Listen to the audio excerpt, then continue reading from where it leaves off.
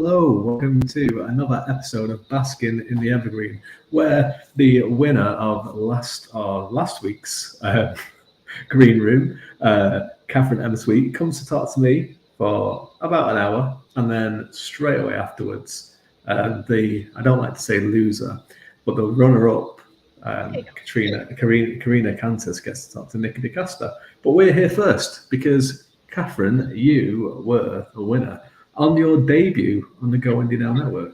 I know, I feel so honored. I know. So how are you doing? I'm good. How are you? I am great. So for people that may have missed last week's Green Room, why don't you tell everyone a little bit about yourself? Yeah, hi, I'm Catherine M. Sweet. I am an indie author. I have 2 books out right now. Love Is and Love Stories Are. They are best described as rated R Hallmark. So you have some feels in there, a little bit of spice. We swear because I swear like a sailor. And yeah, I love writing and the process and all the characters and that kind of stuff. So yes. Oh, I have a little tiny cookbook that's out too. That's a joke linked to the books. Joke. Yes. I have a joke book that is out. It is. The cookbook is full of real recipes. They just all have dirty sounding names. Oh, that's good. That's good. You should later on in the show. You should give us some of the names. I will do that. Like them. Yeah, we'd like to hear them. I'm David Green. For people who don't know, I am not. If you saw yesterday's this week in Indies, I am not J.R.R. Tolkien. That was just a joke. Just for Joe's personal pleasure, because he is such. I thought I knew a lot about Tolkien and Middle Earth, but Joe just knows more than anyone else. So do ask him if anyone's got any questions about anything relating to J.R.R. Tolkien. Send them Joe's way. Joe just encyclopedic. So. I always kind of so the topics that you came up with. We'll chat a little bit about them and some of the things that kind of spin off them. But I'm always kind of interested. Did you kind of do a little bit of research before you came on? Because they were all pretty much things that I really dislike. So yes, always do your research. Know who you're talking to. That's definitely a thing that I do. It is force of habit. I work back office for people in my day job. So number 1 rule is know who you're talking to so you don't walk face first into a door. It was like, let me not pick a topic that we might have completely opposite views on, because that could shy it away from my favor. Right. But no, they are things I genuinely have opinions about, and it just sort of like, I wanted more general topics than some of the things I'm a little more specific on, because they're a little more to do with my genre than the broad of writing as well. Right. Yeah. Because that's a good one. Because as I'm now I am aware of R-rated Hallmark, but I wasn't before. So, what is it? What is it that drew you to R-rated Hallmark? Was it just that you kind of liked Hallmark, but it wasn't spicy enough for you? Was that? So here's the thing. So I am very, very demisexual. I make the joke that my sexuality until I met my husband was no thank you. I will pass on all of that. So while I don't hate spicy books and I don't dislike them, they're not my thing, and I'm definitely a slow burn person. So the trying to imagine writing insta love is very confusing to me. Like my brain's like, how do I don't understand that at all. But I have a unique writing style. So I have a blue collar family. My dad works in the auto industry. My mom's a nurse. So a lot of the humor that I grew up around was gallows humor. It was making jokes about dying and death and losing limbs and like all of these things that generally, if you are writing a romantic comedy, your humor isn't going to get that dark or that crass. And so I knew when I started working on this book that I wasn't going to sound exactly the way the industry sounded. I have a voice that's a little bit snarkier, but all the feelings in there. So there's nothing wrong with a bit of snark at all. So we got a few people filtering in. Hello, good evening. Nikki DeKeuster is here. Hola. Is always here. She's either on the show or she's here. Always. Woohoo. Yes. Sounds like Irish humour. Yeah, but Irish people wouldn't make any jokes about sex. We tried to, well, not we, like, but not all of us, but a vast majority of us tried to ignore that sex exists, which is quite institutionalized.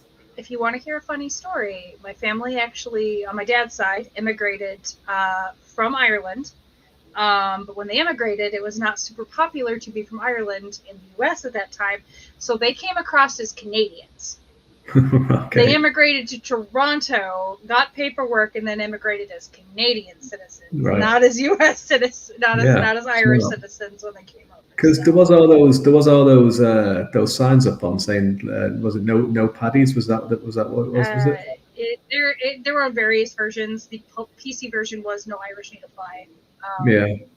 But yes, it was definitely.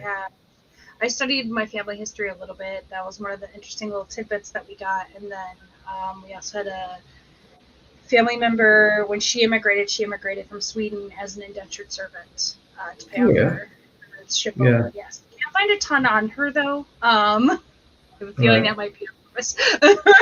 Yeah. So a lot of people, I did a little bit of research on this when I kind of settled back in Ireland again. As Nikki's there saying that's all the Irish people in America. Well, they're American now. In Ireland, Ireland is still quite repressed inside the 5 million left behind. And people that are in the comments are watching on YouTube or Facebook, please leave comments. If you've got any questions for Catherine as well, please tune in or chip in, especially about R-rated Hallmark stories and anything else. But yeah, so when I kind of resettled in Ireland, I lived in the northwest of England for a long time, then came back to Ireland about 14 years ago now, whatever it was. I was helping someone do a local genealogy kind of encyclopedia of the area, and we'd kind of go away and kind of do verbal history with like kind of some of the older people and kind of play cards with them and record and ask them stories from all them. We did like a lot of research into where people disappeared to, because there's a lot of people that kind of just disappeared, Yes. And a lot of people were kind of getting on the boats to Ellis Island or to Australia and changed their name by the time that when they got to the other side, or a lot of them didn't know how to spell their name or how old they actually were. So they were just like, about this age. I'm like, there were like people that were called Shaughnessy, for example. Yes. The surnames, they didn't know how to spell it, and neither did people in America. So they were just like, okay, I guess it's this. Yeah. Right. Totally not with an EA. That is not how you spell Sean. Yeah. So like it was fun to kind of do it because we were kind of we were comparing like boarding records from Ireland, compared them to like Ellis Island when they kind of landed and stuff, and seeing like, can we track these people? Could this be this person? Could this be this person? So it's quite interesting. There's probably a story there. So there's probably been lots of stories about it, actually. Absolutely. Yeah. So what is it that you have your 2 books at the moment, and you have your cookbook with all the dirty recipes, which we'll get into. The Irish Mafia disappeared them. Possibly. They don't have know anything about that. They have a different name, Nika. It's 3 letters. We don't talk about them. So you have those. So what is it that got you into? What got you started in writing? Because your first book, just checking my notes, came out in, and you could tell me faster, but I'm going to check because I'm so stubborn. Which was Love Is, came out in. It was 2000 and You could tell me faster. 21. 21. 21. 2021. So it came out 2021. So was it kind of a pandemic thing that was like, you know, you've been wanting to do it for a long time, and then you just was like, I'm going to do it now, or was it just something else? Yes and no. So I've been writing since I could hold a pen, or since I could torture my mother into making her write stories for me, because I always wanted to tell all of the stories all of the time. I wrote fan fiction for the longest time because that was an outlet. It was easy. It was free. You're writing content people want. And I wrote with a writing group for a lot of years. And we got better and better as we got older. We kind of started like honing our skills better. And so we had this roulette game that we would play, where we would take characters from one show, the concept of another show, and we would mash them together. Oh, interesting. And then someone would message us with the type of story we were supposed to write. And I wrote very dramatic, very dark, very like kind of things. And like, so I got characters from a horror show. My concept show was Jane the Virgin. Okay. And I've seen some of that for some reason. I don't know why. Right? Yes. Right? So telenovela, you know, accidental pregnancy in a weird way. And then someone messaged me my genre, and it was rom-com. Okay, so horror TV show. And what was the horror TV show? From Dusk Till Dawn. Okay, so From Dusk Till Dawn, the TV show, not the movie. Okay, I know of it. Jane the Virgin in a rom-com. Yes. Okay. And I went, well, this is the end of my writing career. It's been nice knowing all of you guys. You're never going to speak to me again. Once I slaughter both of these things, I wrote 3 chapters and went, guys, I think this is my first novel. And there was something about the originality. So we switch up. The big thing I switched was, so I will joke about that it's a twist on the accidental pregnancy trope. A lot of people don't like that trope because it's, we hooked up and now we're going to have a baby, so now we got to figure out how to get together. So this book is very different. Within the first 3 pages, we meet Matt, who is our male protagonist. His ex-wife has come to visit him. She is standing on his porch, and she says, hey, you know how we slept together at Christmas and you said something dumb and I got mad? Well, I work in this fertility clinic and I knocked up somebody else with your baby. Oh. That is within the first 3 pages of this book. And it's just, so the rest of the book, once he meets Cass, who is the female protagonist, it's, okay, so I feel bad. My ex-wife did this. They're there. I'm going to help take care of you. But no, you just stay over there. And we slow burn our way into happily ever after. And so this came from, so this originated from that prompt kind of you were given. Yep. It does sound fun. Nikki's all for it. And you have comps right away for the first novel. That's true. Strangely, I can see vampires existing in the Jane the Virgin world from what I've seen of it. I wouldn't be surprised if they appeared in there. It's telenovela based. Anything can happen. Anything can happen, that's right. So, I mean, a lot of writers, especially these days, do get cut their teeth in fan fiction. Let us know, people that are in the comments, let us know if you write fan fiction as well. I know at least one person does. So what kind of before you were given this prompt, what kind of fan fiction were you writing? So From Dusk Till Dawn was one of the major ones I did write in. It was a lot of fun. I like the characters. I like I love that the version of vampires that Calabras are. I think that's a super fun concept. I will totally admit that I like writing The Punisher with Karen Page, and you can all fight me till dawn till dusk on this.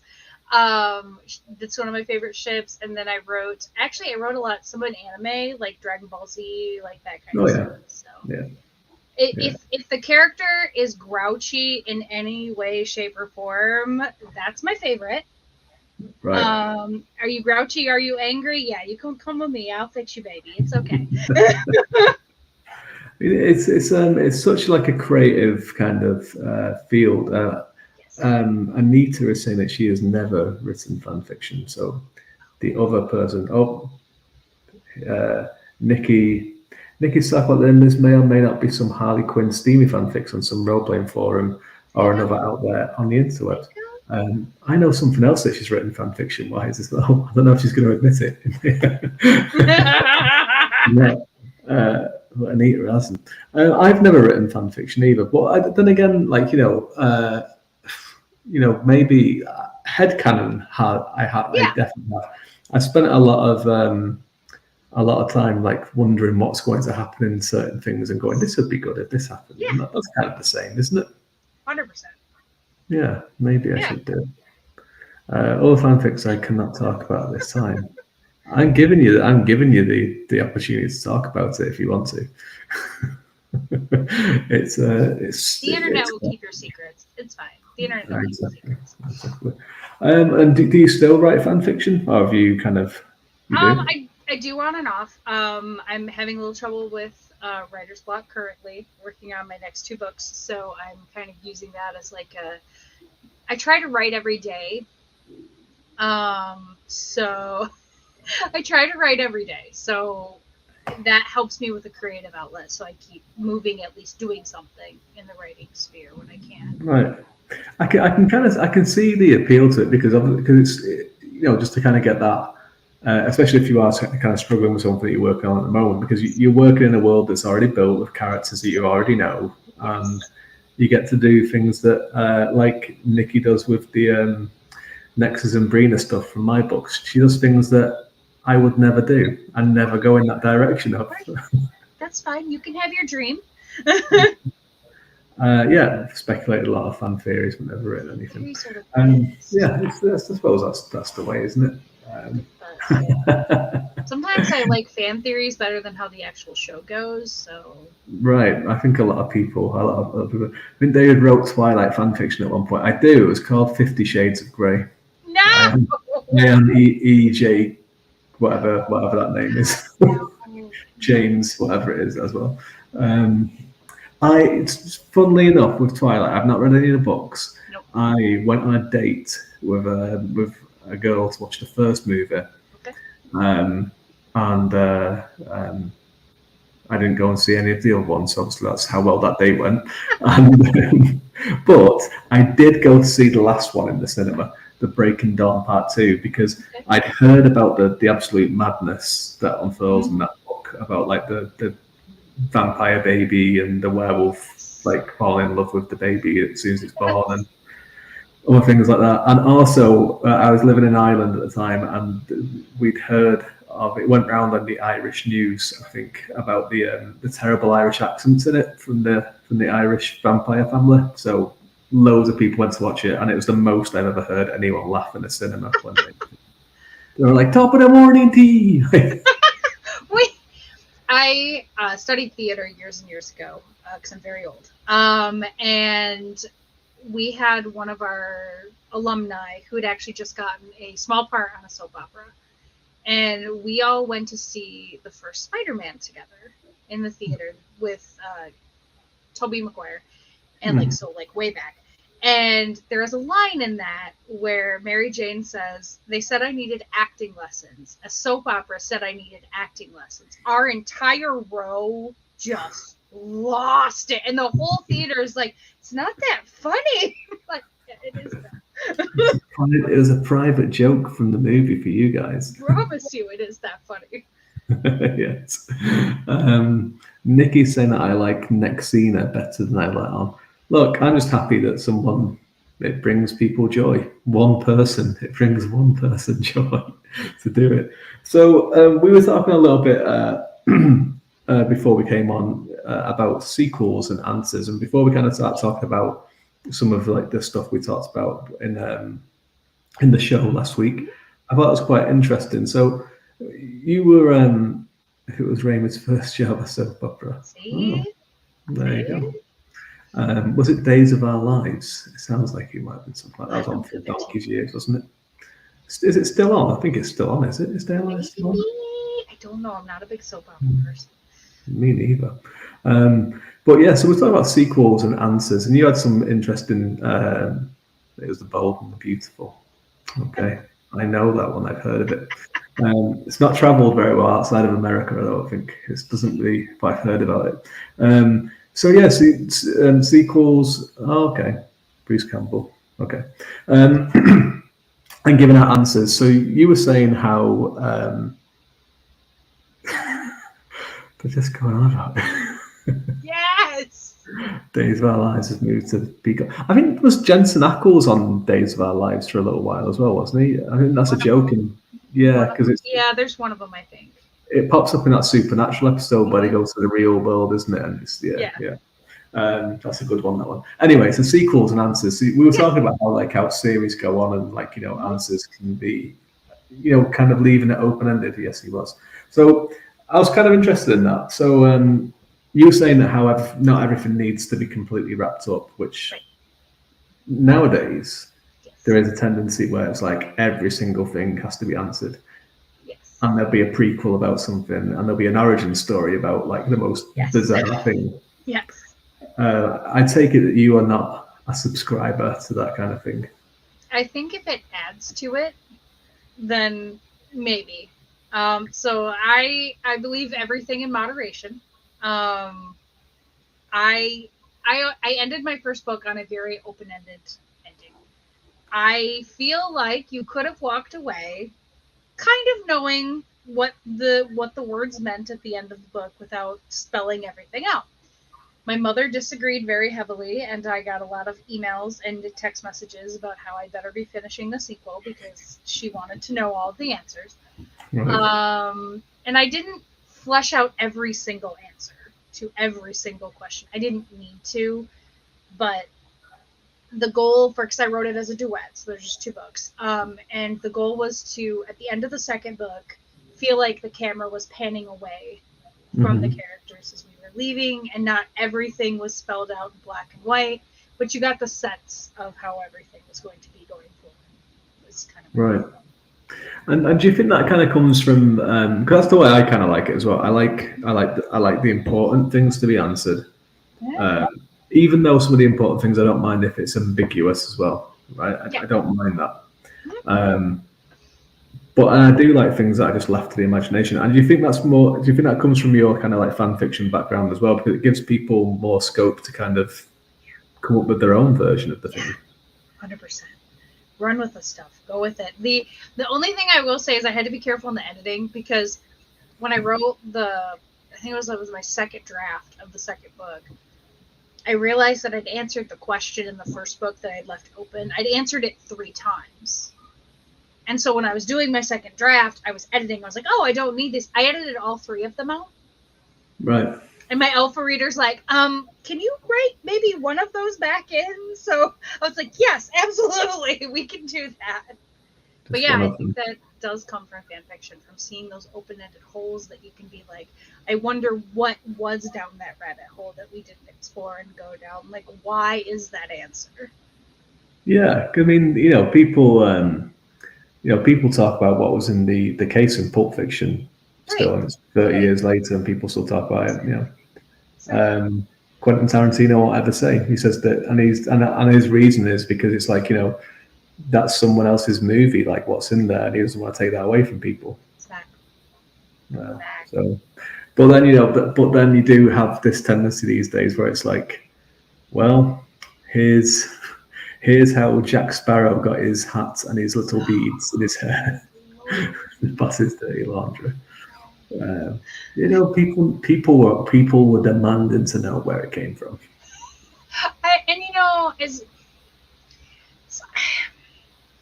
I get that money talks, and that's where a lot of the sequel stuff comes from. But I also get that sometimes it's people's favorite thing. They don't want to let it go. Look how many seasons some show run. Yeah. And it's good, but then you get the opposite of. I heard this term for a YouTube series that ran, and they called it show rot. Okay. So the idea that once you get to a certain point, regardless of how good your actors are, your storytelling is, you just get to the point where it's kind of rotting from the inside. Mm-hmm. Because you've told all these stories, you've explained all the things, and now you're just kind of going to go. Yeah. And you don't want to get there in any kind of writing, especially not with books, because someone's got to commit to read that book. Mm-hmm. Yeah. And if it's rotting from the inside from your series because you're exploring things you've already explored or you've already gone down, you're not doing what the audience needs you to do. As much as they might like the series and love those characters, you don't want to drive it to death. Mm. And you're closing down a lot of avenues then as well. Like you're jumping the shark is another way. You're closing down a lot of avenues, and you're leaving.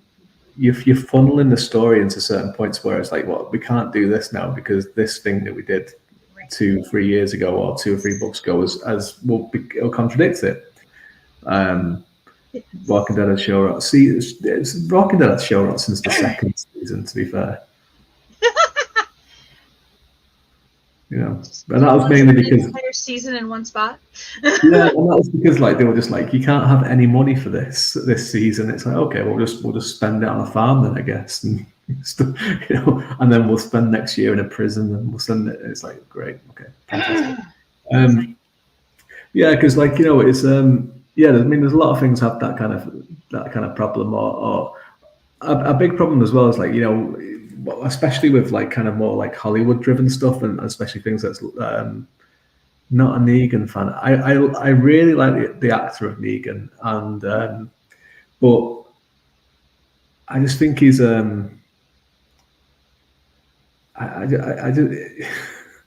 he's just an exposition dump all the time, isn't he? That's all he's there for, isn't he? Just to kind of just come in and then shake things up a little bit, and then he disappears for a little while. But it's funny enough that he was brought up, because that's what I was going to say. It's like they can't resist taking a villain and giving them some kind of redemption or turning them into an anti-hero. They can't resist it. Yes, I totally get that. I don't believe any character is all good or all bad.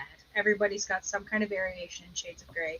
I have 2 characters that run through both of my books, and the one character is a good character who has done bad things. Mm-hmm. And the other one is not a bad person, but has made all of the wrong choices. Right. And writing that character was very difficult because they're very selfishly motivated. Their only motivation was survival.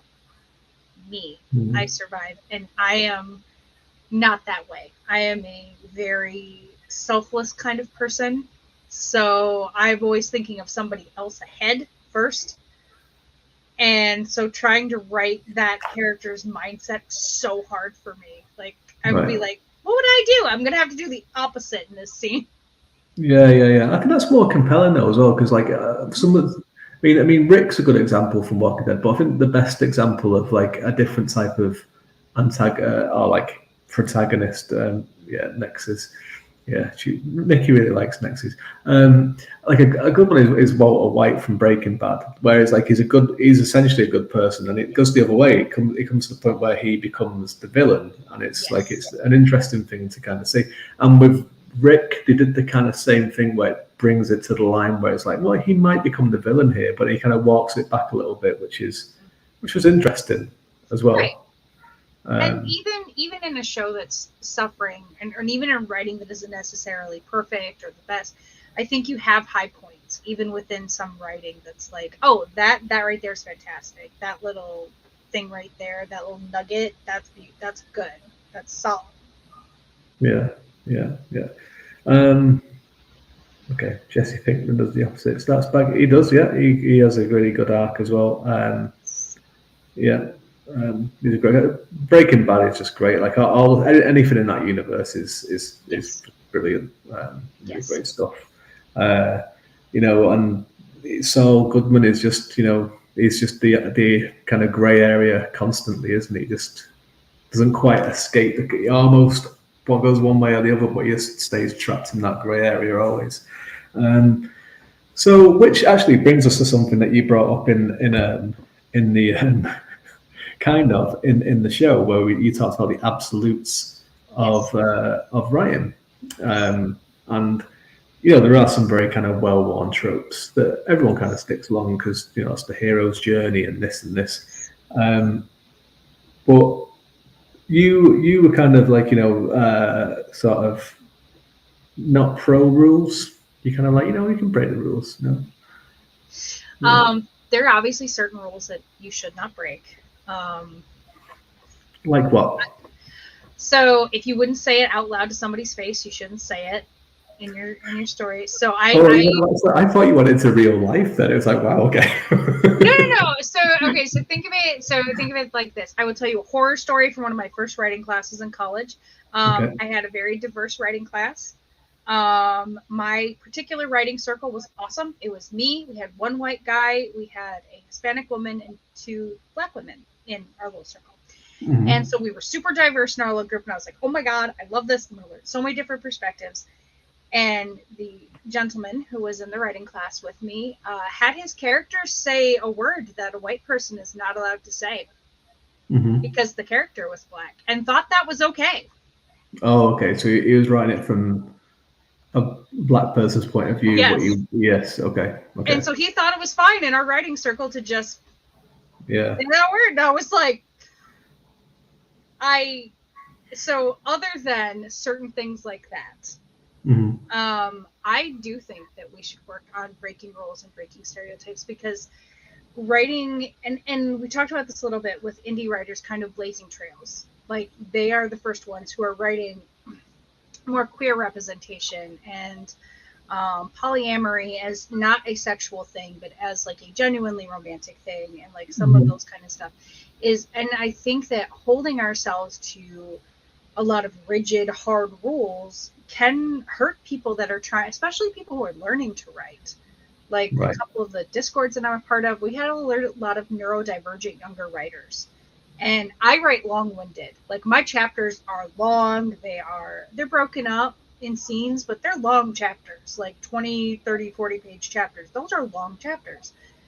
One of our girls only writes like 5-page chapters. She's like, I can't read it if it's not succinct. So that's breaking a rule to some people, is that it's not a fully formed thing that's happening within that scene. But I think it's important to shatter those rules, to kind of blaze those trails to get other people involved in writing that might not have done it. Yeah. And the thing is with rules as well is like the rules are different all the time. Like, you know what I mean? There's no like you're talking about chapter length there. I was talking to someone recently whose editor was saying to them, all of your chapters have to be the exact same length. I was like, really? that's the weirdest thing I think I've ever heard. Like, it's the same length, like, within like give or take a few hundred words or whatever. And it's like, that's very strange. Because you're basically telling a mini story in a chapter, and it's how long that chapter needs to be is the size of the chapter. I read a great chapter one time in a Gareth L. Power book, who's Tread published. He's very, very successful. The chapter was, I can read the entire chapter to you right now if you like. I know it from memory because it was so good. Do you know what it is? What? It said, "Fuck you." That was the end of the chapter. That was it. I love that. That was the entire chapter. Right? So if everyone wrote the same things, that's going to be boring. Yeah. Yes. That's right.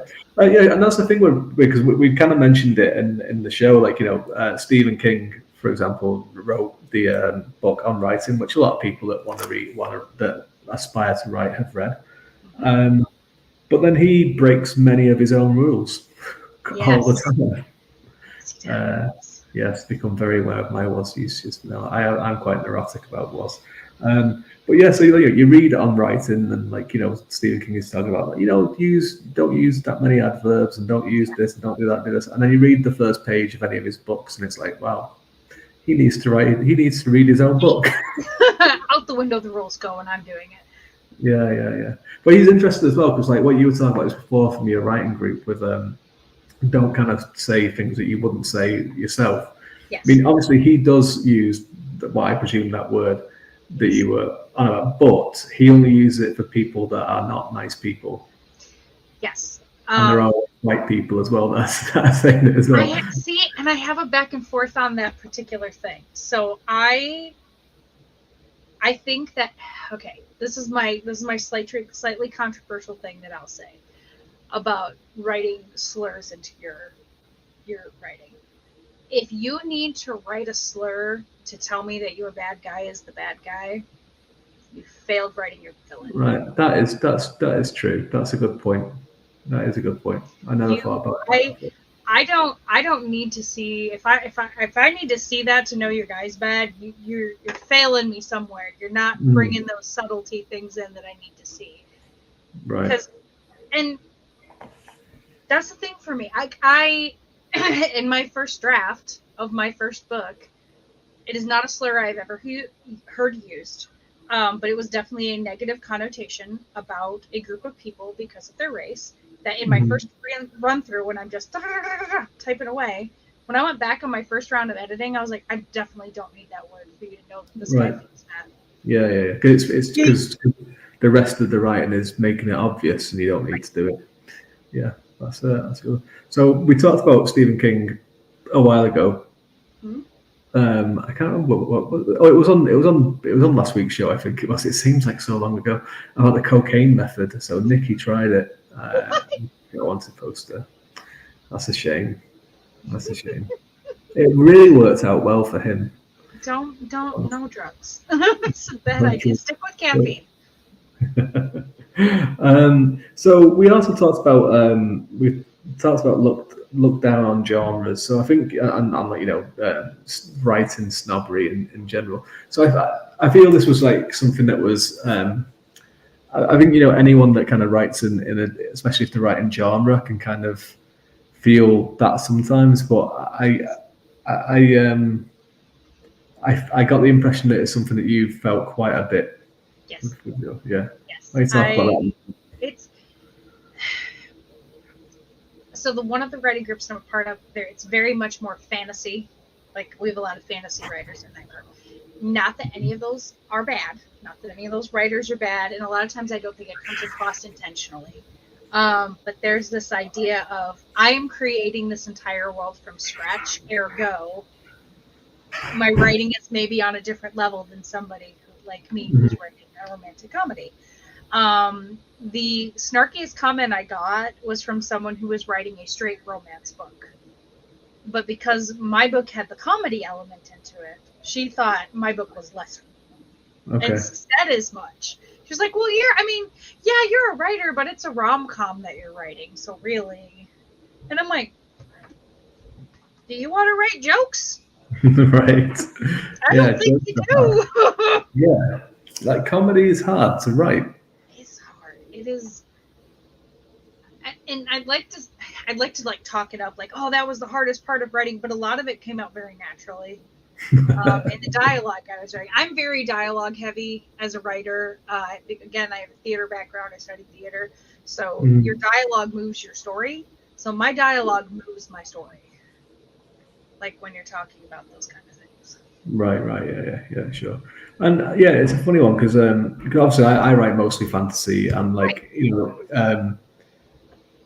and especially where I am in the world in Ireland, which is very much like if you don't write literary fiction or poetry, it's kind of like well, are you really a writer? And especially when you write silly things about like elves and things that are made up, it's kind of looked down on. So it's funny that like how you say that like in your group, how people are like, look, I'm creating all these worlds, and it's like it's so like but then you can go to some other kind of genre and they're like, that's just all a bit silly, isn't it? Like, and everything like that. Yeah, it's so hard. Yeah. I'm writing a novel set in inner city Detroit right now. And it needs to end with dialogue. I'll just mess it with people. Yeah. So, and it's one of those things I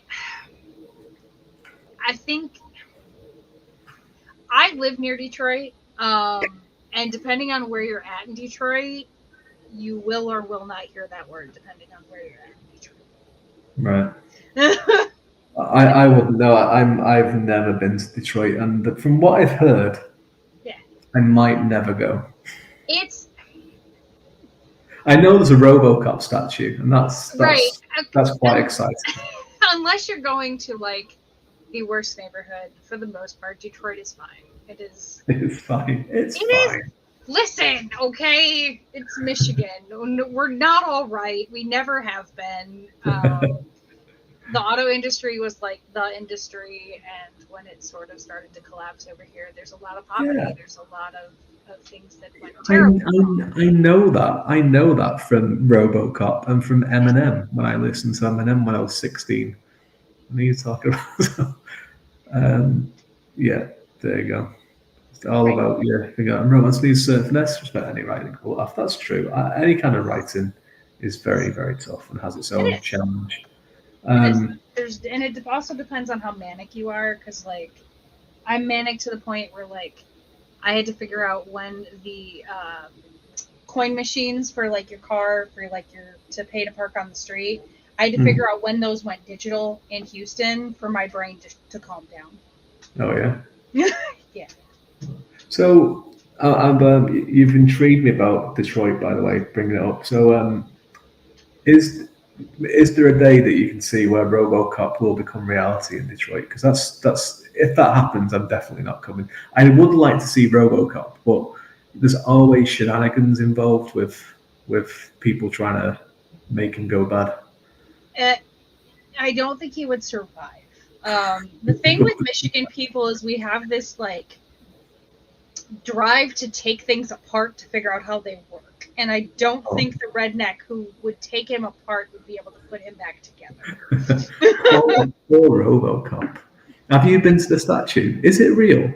I have not.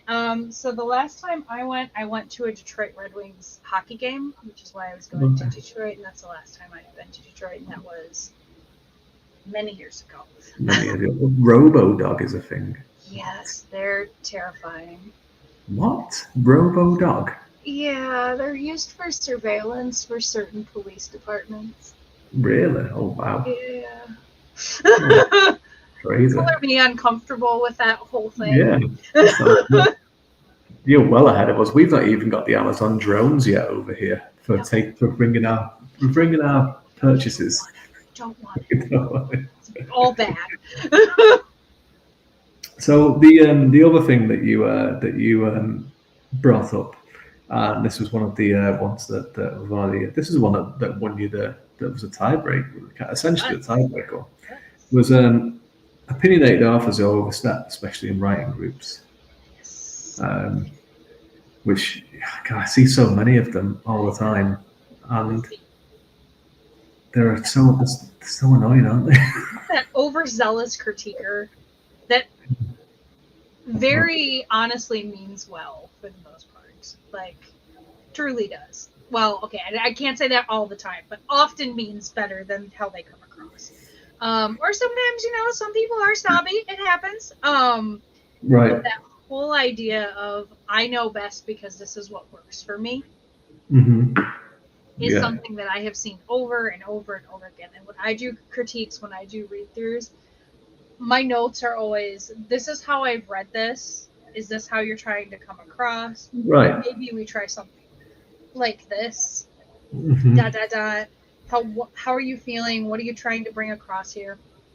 And I think, without making myself sound as old as I am, it is wisdom that comes to know to not be like, my way is the only way. Right. Well, that's the thing, because that's what's the beauty about writing prompts. You get a critique sandwich. Always a suggestion, yeah. Except next scene. Oh dear. What was I going to say? So I just completely knocked the sail out of my wings even, and my wings. I completely forgotten what I was going to say. Oh yes, yes. Okay, yes, I remember. So you get like a room full of writers, let's say 12 writers, and you give them all the same writer prompt. You're going to get 12 different stories because that's how people's minds work. And there might be the same story beats in it or something like that. There might be similarities, but it'll be told in a different way. Yeah. So when you're critiquing someone's work, you know, it's not like, oh, rewrite it for them. It's say this. You may want to look at this. This may not be working. Right. You know, here's a suggestion, or I suggest you look at it, because what's the point in rewriting it for them? Because it's just, it's rude. Right. Unless they're asking you, I hate this paragraph, please give me ideas on what to do here. Like, if that is not the specific critique that you are being asked, don't rewrite people's writing. Right. It's like if you're an actual editor and you're editing their work, that's different, because that is like a skill, and it's something that's the job to do. And even then, like, the part of the editing job is that you try to do it in the voice of the writer. You try to capture their voice when you're doing it, right? And all that. But yeah, one of the things that I always get is one of the things that makes me laugh is the kind of the opposite. Well, it's not really the opposite of this, but it's ones that writers that when they ask you to do like maybe like, you know, feedback on their work, and they don't take it very well whatsoever. Oh, yeah, I have watched that happen in real time. Oh, really? It was so uncomfy. It was so uncomfortable.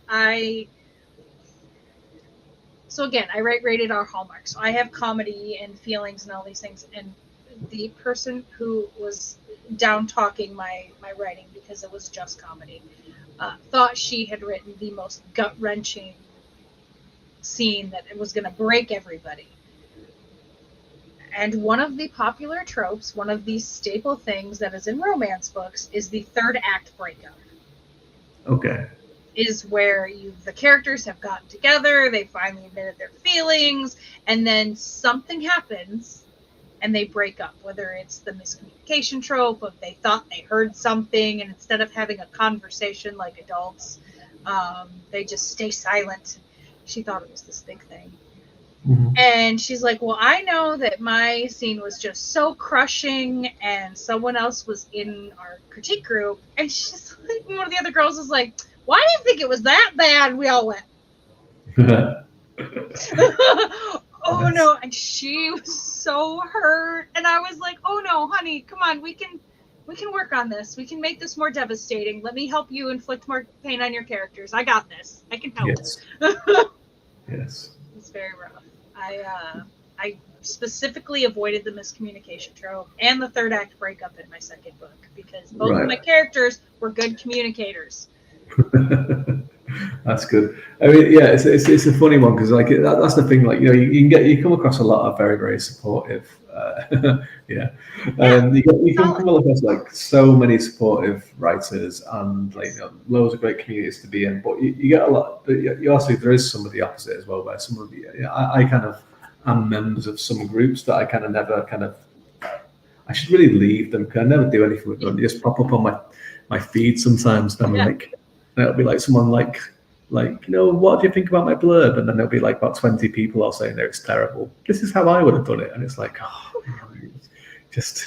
I don't think that's what I asked for. That's not what they asked for, like, you know. And it's always just like, yeah, this is how I would have done it. It's like, it's not, I don't care how you would have done it. It's like, what do you think about it? You know. Anyway, so, yes, breaking things and bones, that's the good one. That's always the best third act. Very good, yeah. Drop a tree on. Do it. So you have the duology out, or the duet as you called it. Yes. What was good about that is that they came out exactly a year to the day. They did. To each other. It was very planned. Yeah, very, very planned. What do you have on the go next? So I have a duet that I'm working on currently.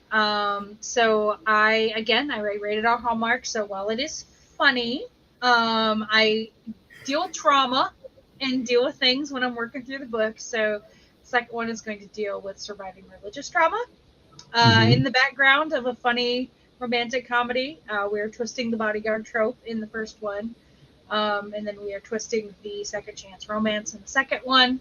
Looking forward to those. And then I have a side project that I'm working on, which is a dark fantasy series, which I am so excited about. I get to create creatures and this one gets to be fantastically dark, and this one is looking like it's going to end up a trilogy from all of the notes that I have on my spreadsheets, because I write spreadsheets to keep track of my stories and my characters and my worlds, so I have spreadsheets. That's all right.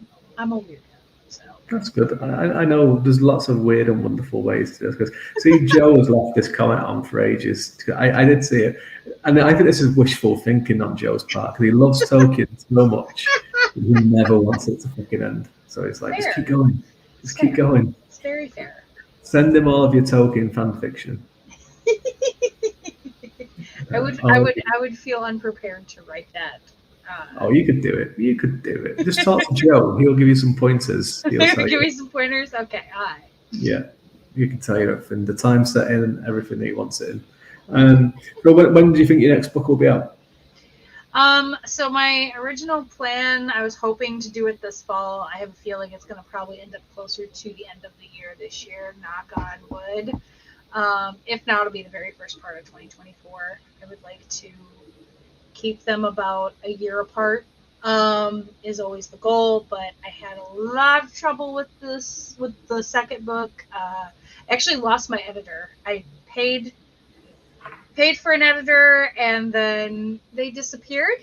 Thankfully I got back in contact with them and they refunded me, so it was out there. But the girls in my one of my writing discords, was 4 of us. We edited my book in a month. All 120 pages of it, 120,000 words of it, just roll through editing it in like note after note after note in Google Docs that I was integrating. Yeah. But I'm hoping the end of this year my next book will come out. It's probably going to be though after the first of the year. So. All right. Well, the very, very best of luck with it, and thanks for coming back on to talk to me. Thank you for having me. Well done for winning the Green Room, and also your debut in the Go Indie Now Network. I hope you are coming back to do more. Anytime. Excellent stuff. So, people that are watching, thank you so much for watching this part of the interview. Please go and check out Catherine. Where can people find you? So you can find me. My books are on Amazon. Both of them are enrolled in KU.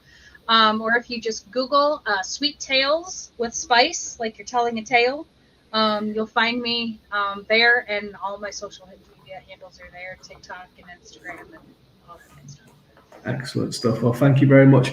People that are watching, please stay tuned, because Nikki DeKeuster will be here shortly with Karina Cantus to talk for 30 minutes about everything going on in Karina's world. And remember, it is always time to go indie now. Being an author or writer goes far beyond just writing and editing. We want people to read it, I think. Yet, the many facets of this life can be frustrating. Where do we go to get the tools we need to market and put our work out there, put ourselves out there? Now, there's a magical place. Welcome to Authortunities, a free weekly calendar that's packed full of paying and high-value open submissions, grants, contests, writing courses, and open mic opportunities, all sent straight to your inbox.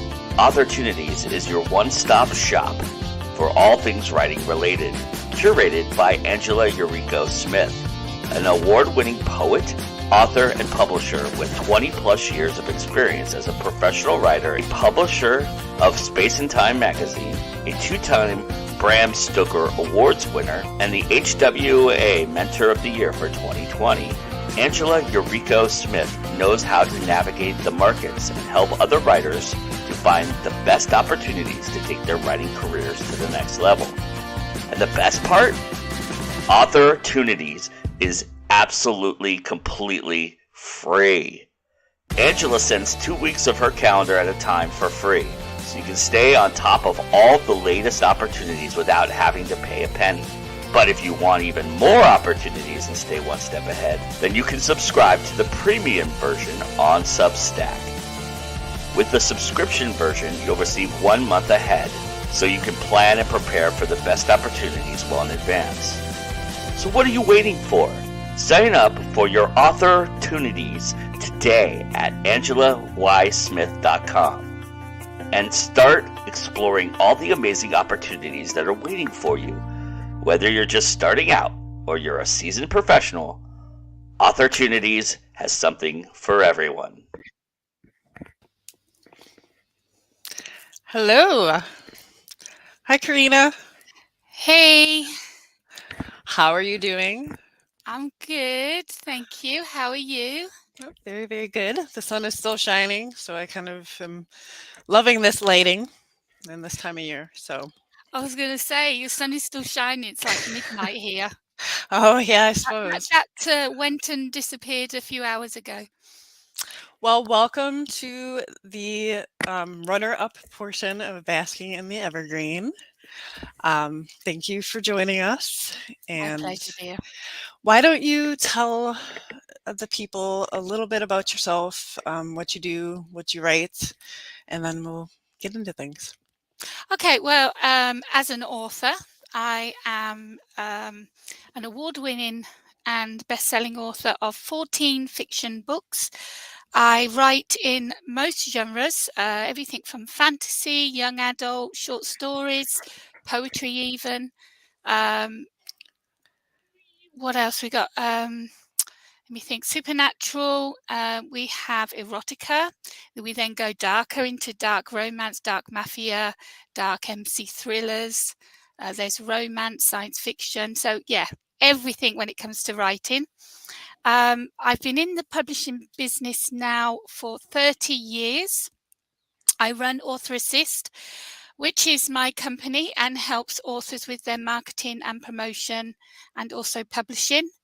And instead of just doing the work for them, like they have a book that needs to be marketed, I like to teach them how to do it. That way they don't have to hire me or anyone else again. They learn something, they get something back from it.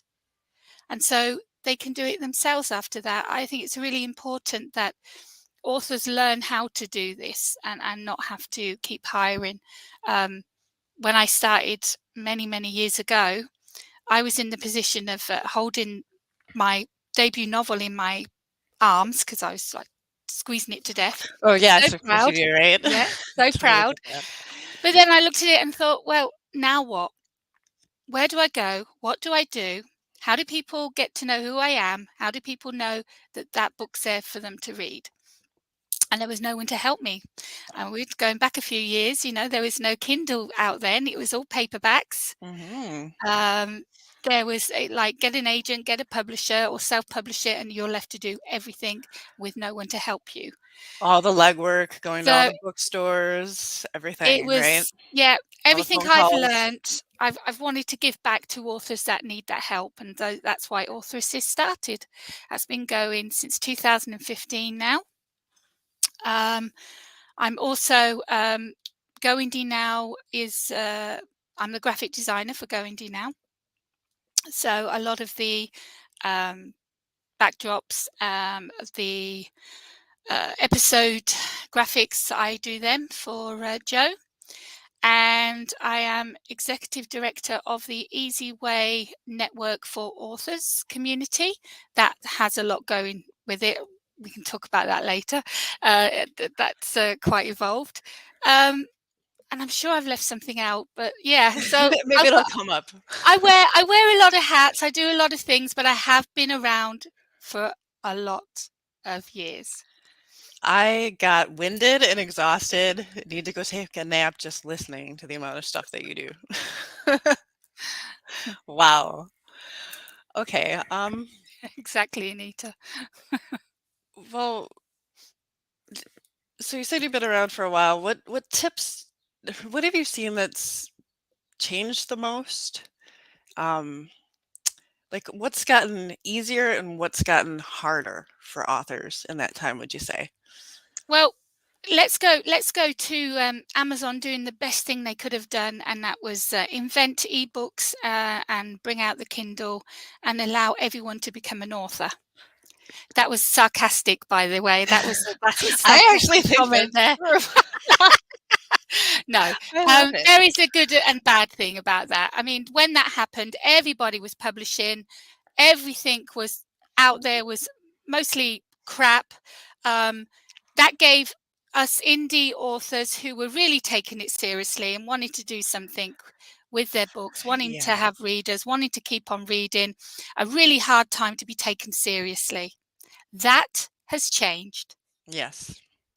That has changed so much that we have leapt over best-selling authors from the Big Five and best-selling authors from the Big Five, leaving the Big Five to go and self-publish and become an indie author. Now, that is the most significant thing I can think of in all these years, is opening the doors to ebooks and Kindle, and then having that fighting and fighting and fighting for our rights, our name, our work, winning that fight, and now look what's happened. I know. It's got its good and bad points, right? Oh yeah, it still has. Oh yeah. So, that's I'm glad that I came into it when I did at the same time, and it's super saturated, but at the same time, more accessible than ever, you Yeah. know? So it's a mixed bag, I think, in that regard. So, why don't you tell us, like, how you felt, like, with the green room? Do you feel that David was fair, No, unfair? no, I was robbed. I tell you, robbed. Let's throw him under the bus right Yes, away. David, you swine, you.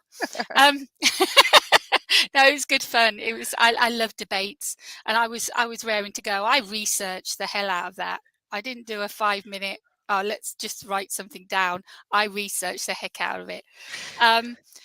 But I think I brought up some important points that maybe even people didn't even know about, things that, like the click farm, probably didn't even know that existed. I didn't know.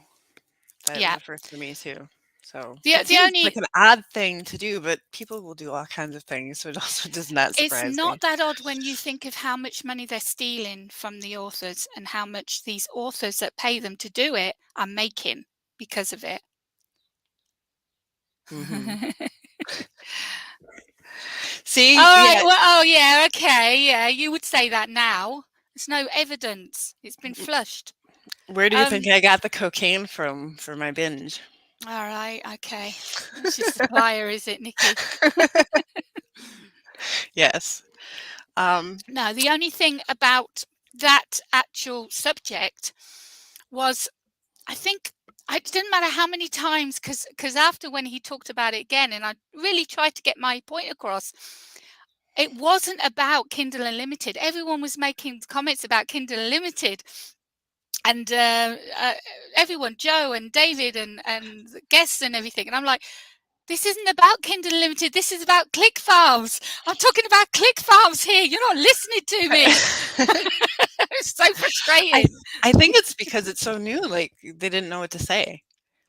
Maybe. Maybe. Like, it's hard to have an opinion on something that you haven't really looked up. So. And when it came to the vanity presses, I've been so against them all my life, because I was burnt by a vanity press when I started out. So I do everything I can to stop authors making that same mistake. And if they get stuck, then I will use my own resources freely to get them out of that contract. Yeah. However, it's painful. I come across it with some of my clients. I do developmental editing. Yeah. And sometimes they'll tell me, oh, I'm sending it off to this publisher or that publisher. And I'm like looking into them for them, and I'm like, do you know X, Y, and Z? And most of the time they don't listen. It's like they just don't want to hear it. They have to make the mistakes. They're like, oh, I looked into it too, and it's like, okay, good luck. Exactly. But like I said, they've got a really bad reputation, and deservingly so. However, yeah, okay, David, you're winding me up now, aren't you? You're just gonna get me going, aren't you? However, hey, if you want to get to David, and this goes for everybody listening, send him your Nexus Brenna fanfic. he secretly loves it, and it'll make his day. So it doesn't have to be Well, long. It can be like I a wouldn't. paragraph or two. No, see, I wouldn't want to make his day. I want to screw it up. So Well, I'd have to think of something else. yeah, What is it that's you don't like, sarcasm. David? What is it you don't like? All right. So yeah, this has always been a sore point for me when it came to Vanity Press. However, Vanity Press are also labeled as presses that will take money from authors and publish them, either do them using their publishing name and so they become their publisher, or publish it for them, get it formatted, cover, edited, and then put it out, but the author takes that yeah. Oh, and I'm in Manchester now. Oh yes, I will come up with something, don't you worry. I'm coming back. Yeah, David, I'm coming back for you. So, and then I realized, well, that's what I do. So does that make me a vanity press? I publish authors' books that don't have the time to do it themselves, don't know how to do it themselves, and don't want to go the traditional route. So I charge them. I work bloody hard for what I do. I do I have a designer, I have an editor, I have formatters, I have a really good team behind me. I have for many years I've been using them. And I publish their books, ebook, paperback, wide, never KU. And it's up to them after that. And then hand over the reins to them once it's all done. That way they've got their book out. They didn't have to worry about things. It was done for them. Yeah, and I think I'm as long not a as they vanity know. press where you're getting a book that hasn't been edited. You're getting formatting that doesn't exist. You're getting a shoddy cover that wouldn't make nobody look at the book a second time. And you get ripped off completely by the amount they charge and the promises they made. That is a bad vanity press. I don't class myself as a vanity press, but I do publish books.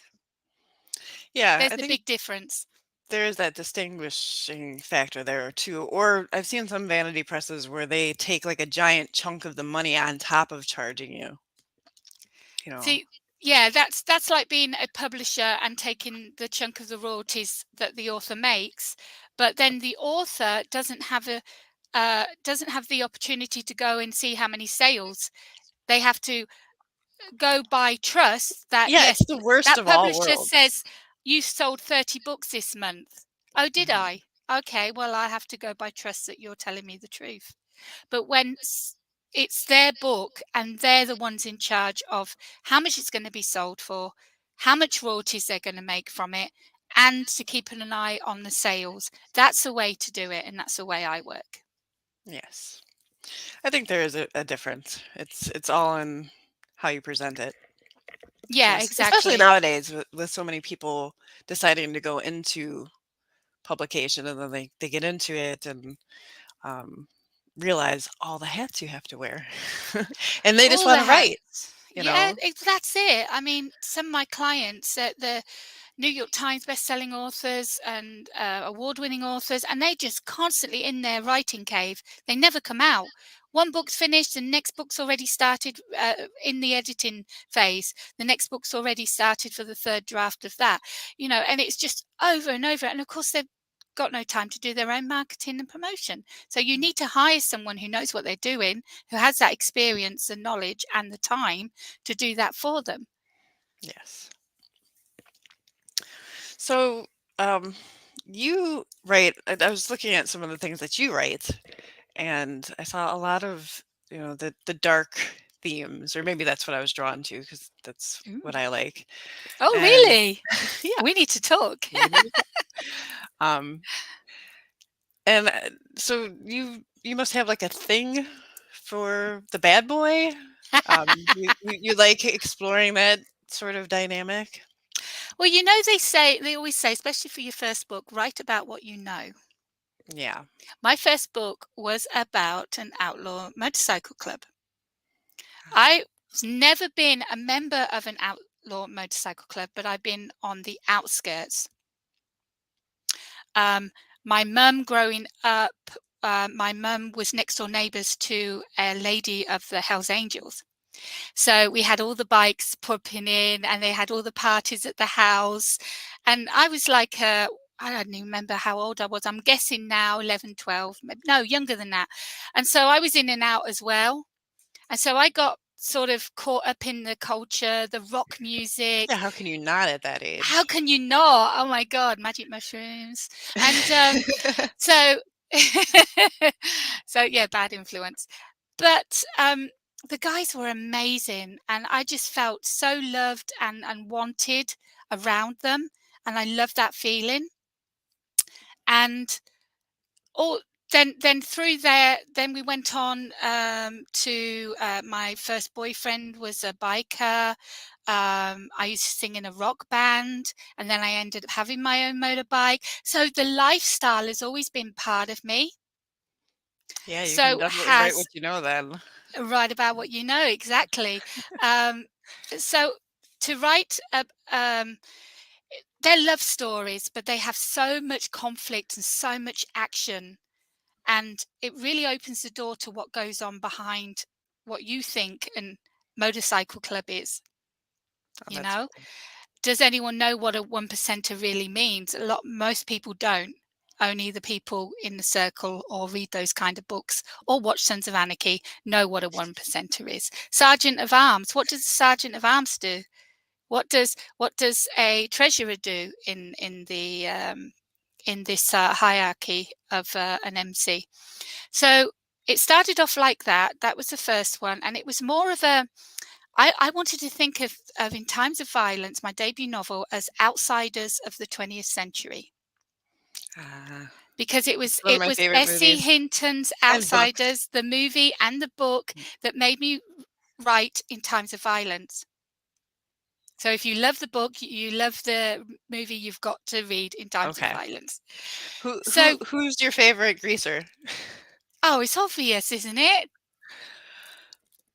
No, there's not a bad answer. There's not a bad answer to this. Which one was the baddest? Most good looking, of course, but the baddest ass in Dally. Dally. Yeah. You know, it was like, I mean, it gets. I don't know. I like Soda Pop. He's cute, but then that was cute. Rob didn't have Lowe, much to wasn't say, it? I but mean, he that was was Rob Lowe, so you had to like Soda Pop. I mean, it was a brat pack. These guys were gorgeous, and this is before any of their films really took off. Yeah, they were all pretty.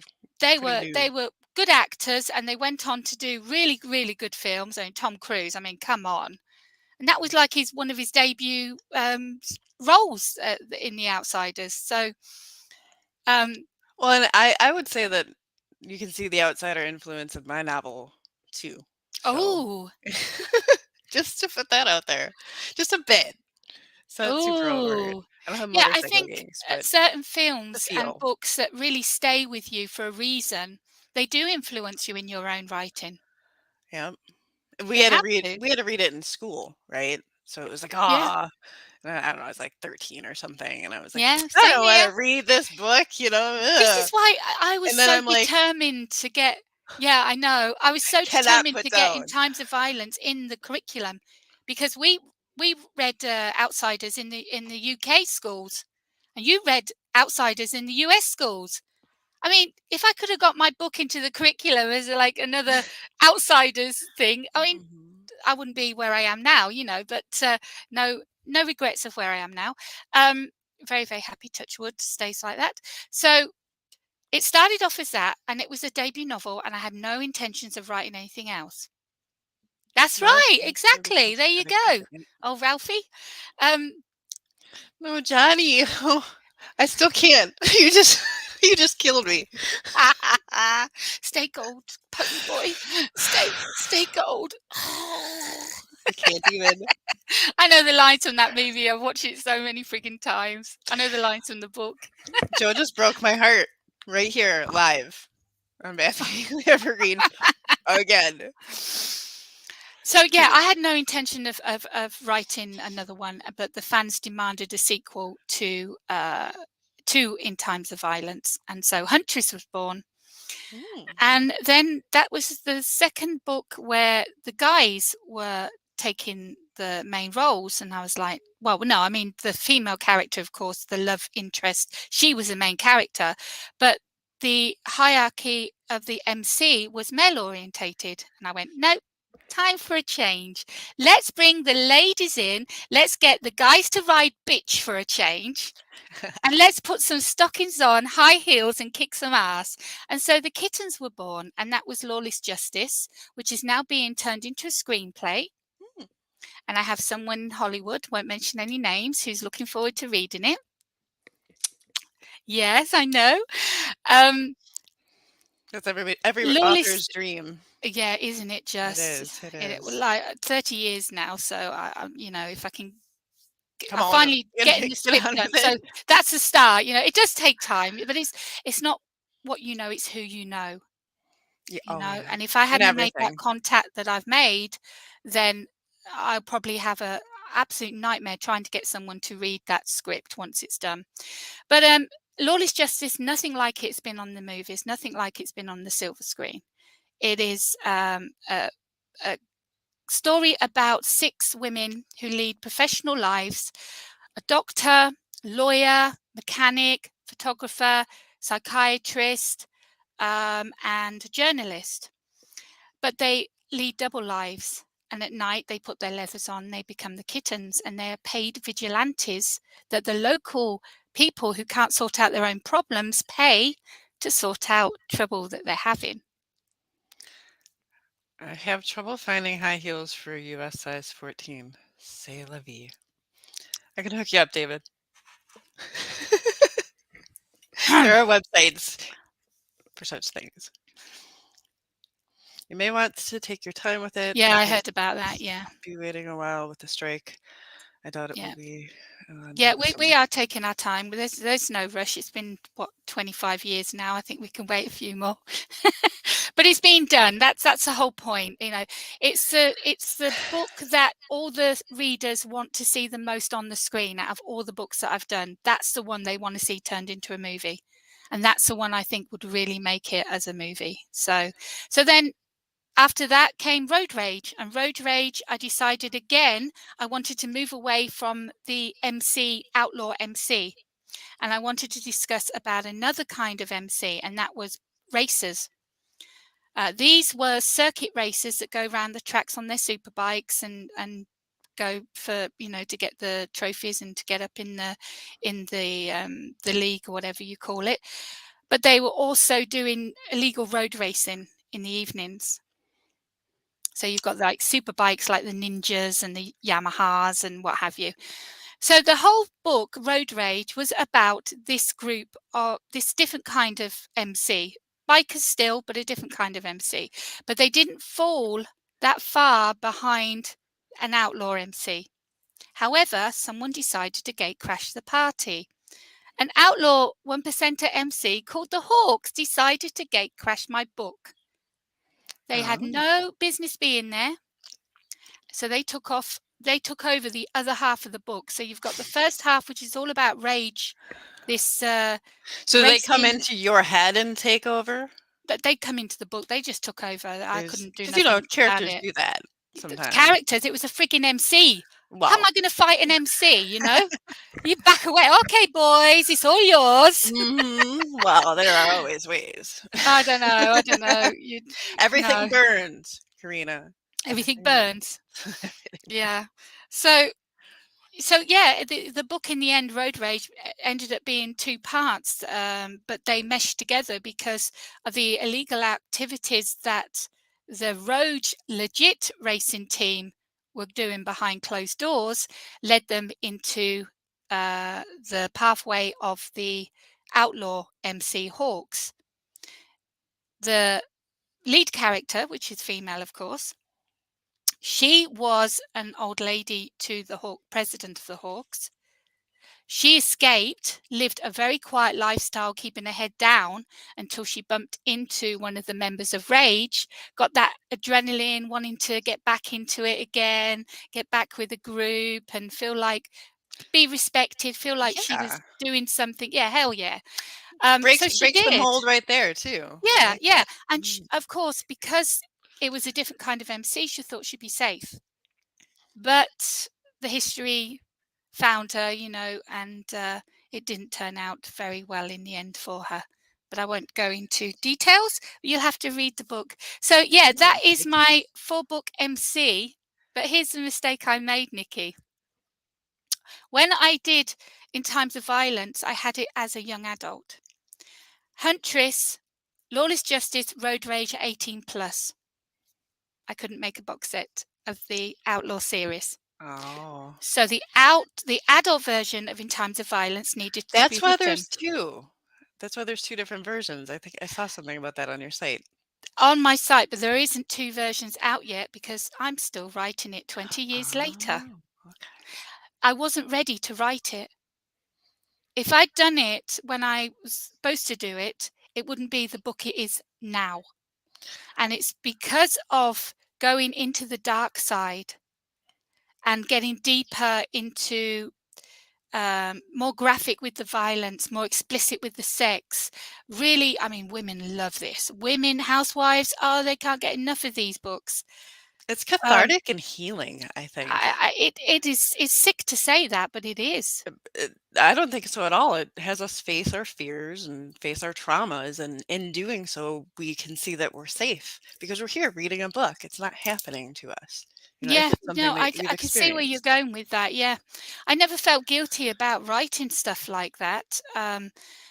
They're in so many other books, and I absolutely loved every second of writing Broken Chains, which Joe loves. But it was after Broken Chains and the success that Broken Chains had, I knew where I wanted to finally go with In Times of Violence. So then I sat down and started the book, and I'm like 80% the way through now. That is awesome. That's a labor of love and healing for you and your readers. So that is beautiful. I wanted to ask, what's the darkest thing that you've done in your writing? You don't have to get into details, but I don't know. I don't mind. So a very smart lawyer once told me she reads romance because it's a safe space to just turn off her brain and not feel judged by it. Yeah. I'm never about shaming whatever anybody wants to read. There would be much less violence and pollution if people simply cycled everywhere. Gosh, can you think, Joe, of one of the most graphic or explicit scenes in what would you say is the most in Broken Chains? Or one of them. It doesn't have I to be think like it. I the mean, most. I think it has. A memorable one. Yeah, I think it has a lot to do when her father, who turns out to be someone she didn't know he was, so I can't give that away.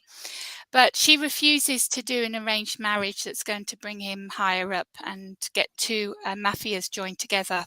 There you go. That was graphic. Well, all of the torturing was graphic.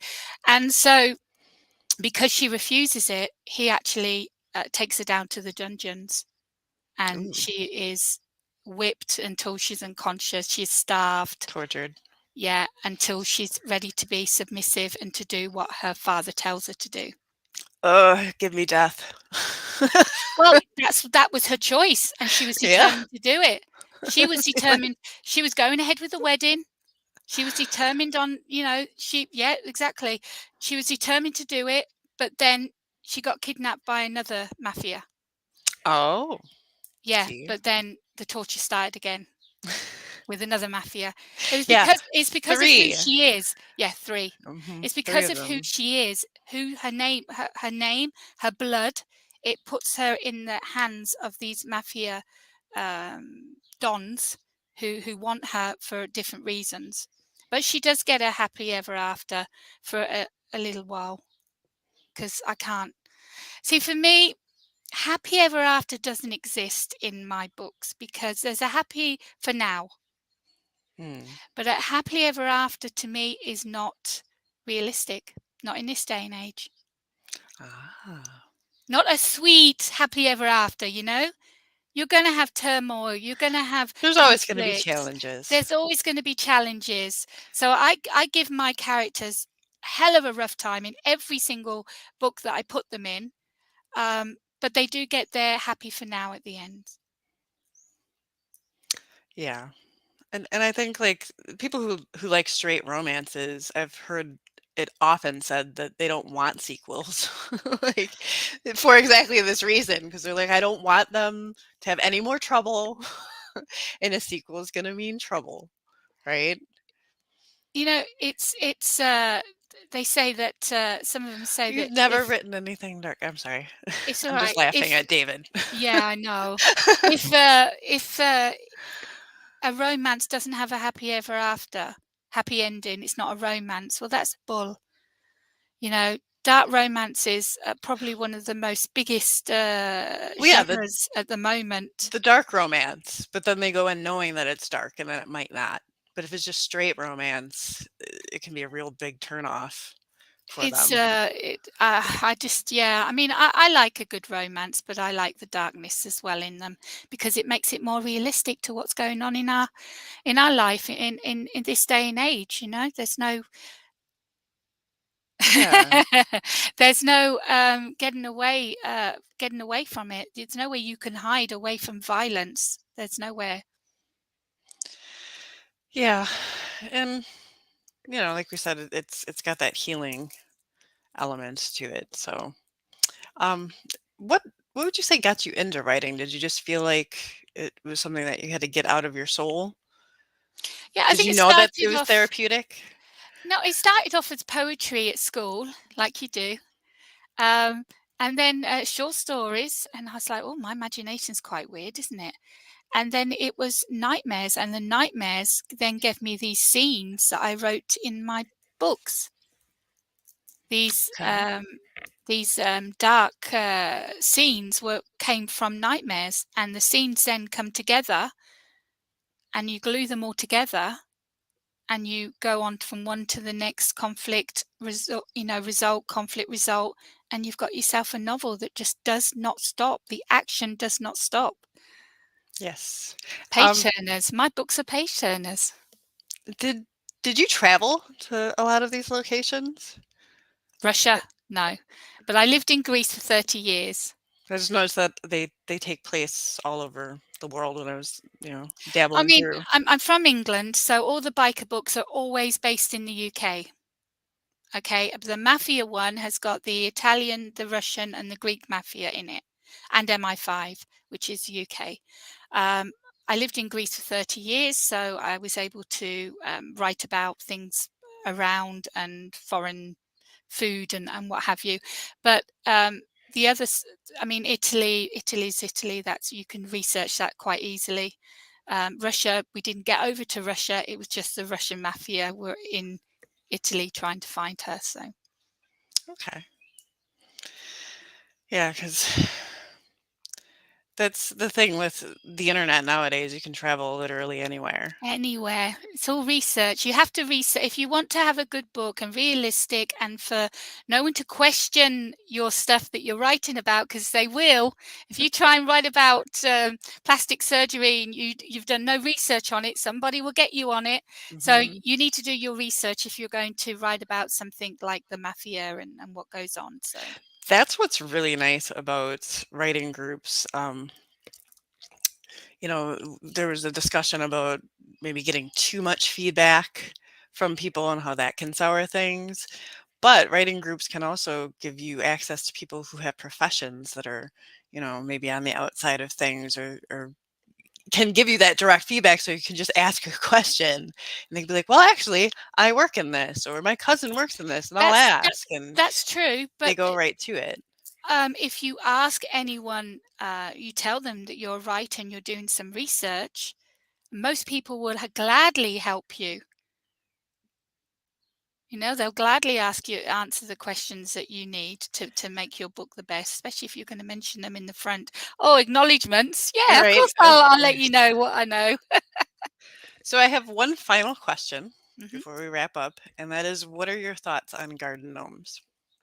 Garden gnomes. Creepy. Creepy? Yeah, green, creepy. They're Don't have any in silent. in your yard? No, no, Are there no, any in no, your no. neighbor's yard that look at No, you? No.